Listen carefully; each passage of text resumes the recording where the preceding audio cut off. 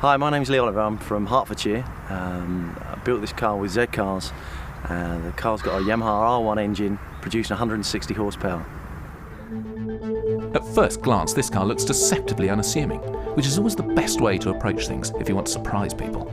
You might easily think this was just another lovingly prepared Mini, but walk round the back and the boot lid may surprise you, because there's an exhaust sticking out the middle of it.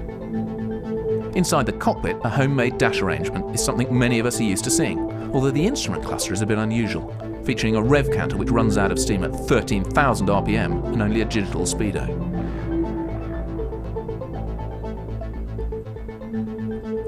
A quick glance under the bonnet will reveal an aluminium radiator, but not a lot else. But it's in the boot where you'll find the hardware, 160 brake horsepower Yamaha R1 bike engine and a 6-speed sequential gearbox.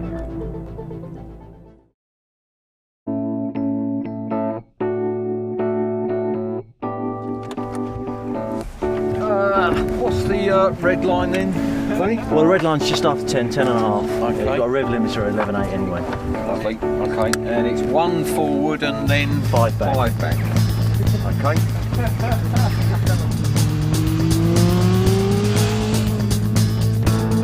Oh wow! Not only can you see how quick this car is, but it sounds like no other Mini you've ever heard before. Just listen to that bike engine scream. The R1 engine will happily rev to 11,500 RPM, and you can hear Bill zipping up and down through that 6-speed sequential gearbox. It must be a pretty amazing experience.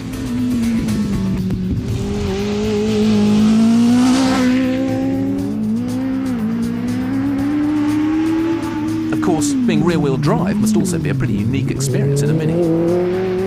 Not only because of the typical rear-wheel drive sideways antics, but also the complete lack of torque steer in the front steering, something that most big engine Minis suffer from.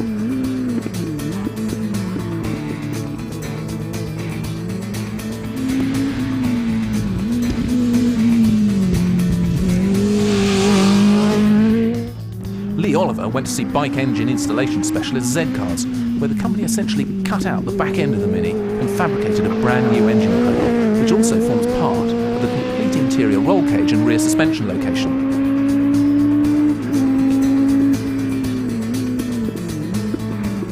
Complete with new trailing arms, an anti-roll bar and adjustable coilover dampers, the new suspension keeps everything under control, while a superbike engine and gearbox does the job of making this Mini sound and go like nothing else.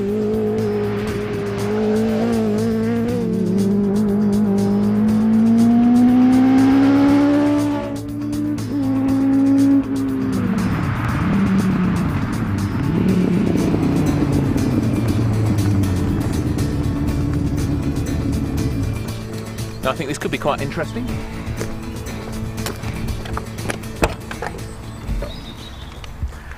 Bill, that sounded a bit different. Yes, it's got a subtle difference. The engine's in a different place. Yeah. Bike engine, what's it like? Let's start with the bike engine itself. Well, it feels fantastically light and willing to rev, obviously. You've got the sequential shift as well for the gearbox.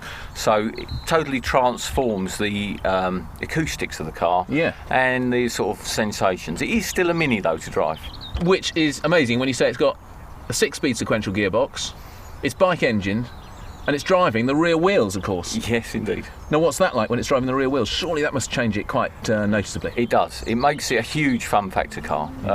You don't have to go very fast at all to get the thing out of line. Yeah. The beauty of it is it's still controllable. Strangely, no, in fact, understandably, it's exactly as you would expect a rear-wheel drive car to be, but that means it's completely opposite to a front-wheel drive Mini as it would normally be. So I would have expected to have found this something of a handful. Yeah. In contrast, though, I think the weight distribution, of course, the engine is, although it's behind me, it's full with the rear wheels. The weight distribution is good, and it's a beautifully balanced car. So it works well. Yeah.